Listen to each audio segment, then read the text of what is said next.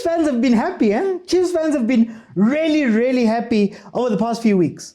There's been news that Nasreddine Nabi is finishing up with AS FAR. They're playing the Kings Cup that side in Morocco, and he's going to be joining Kaizer Chiefs. And there were rumors that technical staff are being changed, and we're doing all of these things in order to accommodate him when he gets to the country. So people were rightfully very, very, very happy to see that the Nabi news is coming through. Then, of course, after that, this weekend, we found out that actually Fernando de Cruz, who happens to be one of his assistants, has landed in the country and is meant to come in, assess some players, start putting plans into motion so that when the coach lands, everything is great. This was all facilitated through a video where we saw Kaizer Chiefs Jr. go and pick up Mr. de Cruz from the airport, in a hidden camera, not so hidden camera type situation that was captured by IFA Post. And apparently last night, the goalkeeper coach that Nasreddine Nabi is bringing in has also arrived in the country. So this basically means that Nabi is going to be the new head coach. Everybody's excited. His team played yesterday in the Kings Cup, won their semi-final 2-0. And it almost felt like the Amakosi faithful were becoming AS FAR faithful. It felt like it was our win as well, as I've seen people in social media speak about. So we've spoken about Nabi, we've spoken about the prospects. I've spoken about some of the things that I'm waiting to hear about, and I will be honest, it's very good to hear that there's technical team changes that are happening, as we had kept a lot of the old people from before. Still would love some management changes, some middle management changes at the very least, maybe a new TD, as Kevin Johnson, apparently he is unsure of his role as head of scouting, as head of development. So we're yet to see. Rumor has it that this Fernando de Cruz is going to come in and also might take over that role, as he's got TD experience, which is a whole different conversation that we're probably going to have on another day. What I wanted to speak about today is our expectations for Nasreddine Nabi. What I'm seeing in a lot of social media and a lot of conversations I've had and conversations I've seen is that Chiefs fans are treating this Nabi appointment as if he's the second coming. They're treating this Nabi appointment as if, just by virtue of him being fired, all of our problems are solved. We're going to go and win a treble next year. We're going to go do all of these big things. We're already chirping other teams. We're pointing to his previous work experience with, what he did in Tanzania before coming, what he's done in the Champions League, what he's done in Morocco right now. I see a lot of people speaking. We're speaking, hey, we're going in. We're very happy. And I want to offer up a different point of view. And my point of view comes from watching Kaizer Chiefs over the years. Now, it's not a negative point of view. So I'm not going to be coming at this and saying, we should expect zero, nothing's going to happen, Kaizer Chiefs is still broken, all of that stuff. I don't want to come at it from that point of view. I just want us to speak realistically about what we expect from Nabi and how to make sure that our expectations don't go overboard. Right now, the way we are speaking is that we want him to come in, clean sweep, bring in players, do this, do that, win us trophies. And I think, when you overhype something, sometimes even when that thing is doing well or relatively well, because you are so happy and so hyped, in comparison to that hype, it looks like they're not doing much. When we look at Coach Atazwani finishing 5th, for example, Coach Arthur had a relatively okay season in comparison to seasons that have passed in the 9 years of our trophyless run. But because our expectations of Umangete were so high, when he came 5th, and honestly, throughout, it was the last few games of the season, but when he came 5th, we couldn't reconcile that gap. And it looked worse than it was. I remember the complaints about Gavin.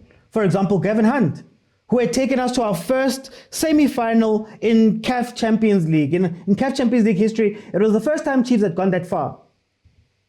But for some reason, in the league, because we were struggling a little bit in a transfer year, we couldn't reconcile the good work that he's done, and this high expectation that we have.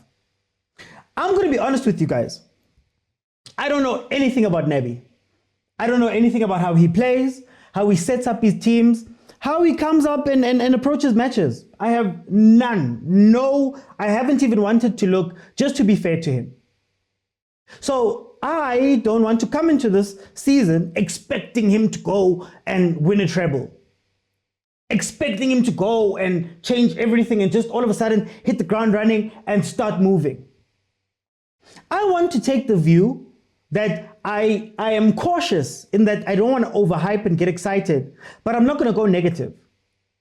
I want to be fair to Coach Nabi when he gets here and say, you know what? Let's see the first 10 games. Let's see how that goes. I'm not going to sit here and call for Champions Leagues and all of that stuff. Let's see how the first 10 games go, and let's take it from there.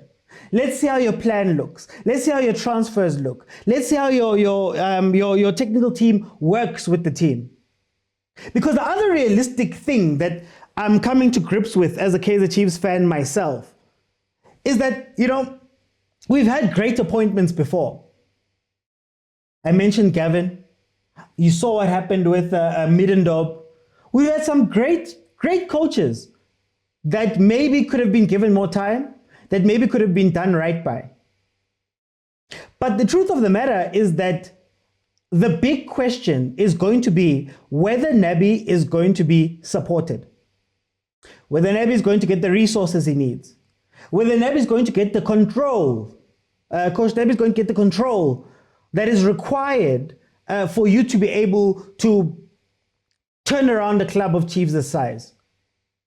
I've said before that a lot of the people that worked there before are still working there now. And I hope that those guys will have turned over a new leaf. I hope that we're not going to see the same type of things that happened with Coach Gavin Hunt, where even prior to him getting fired, even prior to him getting to the semi-finals of the CAF Champions League, there were clashes internally about who to sign, who to let go, what type of controls the coach is going to have. So I hope that those people have turned a blind eye. I also hope, a new leaf, sorry, they've turned over a new leaf. I also hope that not only are we going to hear about technical team hires, Nabi, his assistants, his goalkeeper coach, I believe he might be coming with a physical trainer, things like that. That's great. That's pitch side. But I'm also hoping for some other hires behind closed doors in the offices of Naturena. I'm hoping for a long-term technical director. I'm hoping for somebody who's going to step in and provide the vision for the team and go about the operations, the everyday operations of putting together a strong back-end team.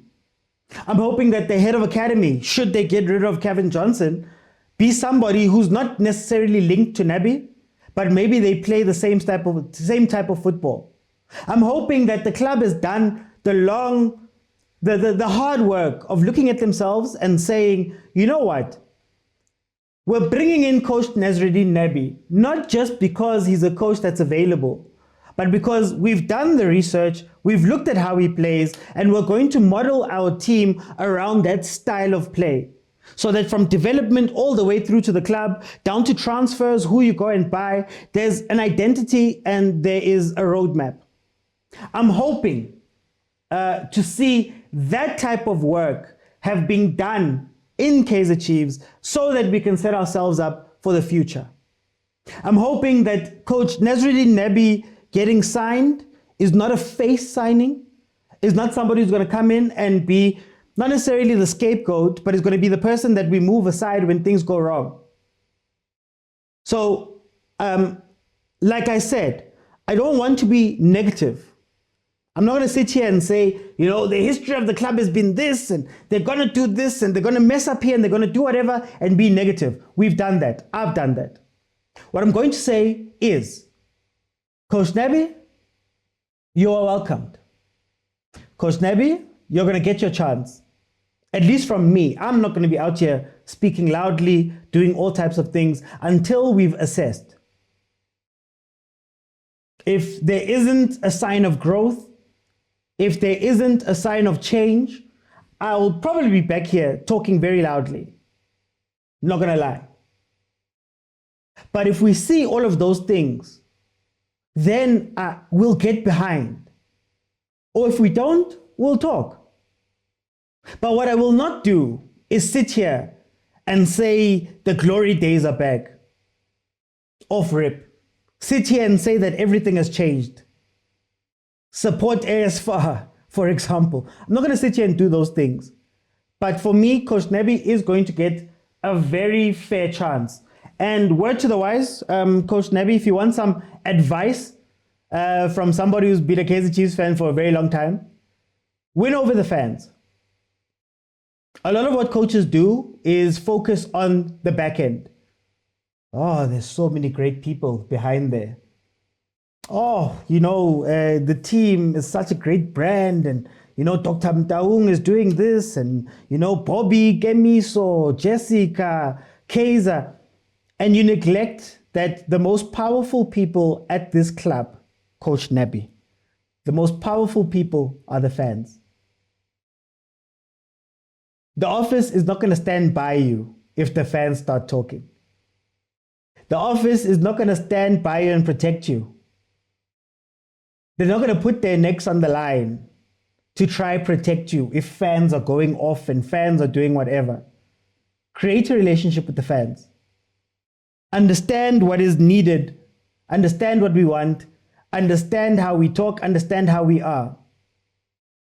Because this team has a very large following. And that following can switch like this. So I'm hoping that Coach Nabi has that in the bag. And I'm also hoping, honestly, that Coach Nabi also has ironed out any problems. We know that he was in a negotiation with Kaizer Chiefs for a long time before choosing to go to Morocco after he'd left Tanzania. We know that talks fell through because of a lot of reasons that are being reported in the media. So I'm hoping that he's gotten through and ironed out those issues. And I hope that his contract is ironclad. And lastly, I hope that he's got the control that he would need in order to mold this team. Rather die on your own sword, knowing that you made your own decisions and brought in your own players and played the way that you wanted to, than to be pulled around. Like some of the coaches that we've had, our most recent coaches. They were pulled around and didn't make their own decisions and didn't make their own changes and didn't run teams the way that they wanted to because they wanted to appease the office. You'll be left high to dry and it will be just you who's sitting there.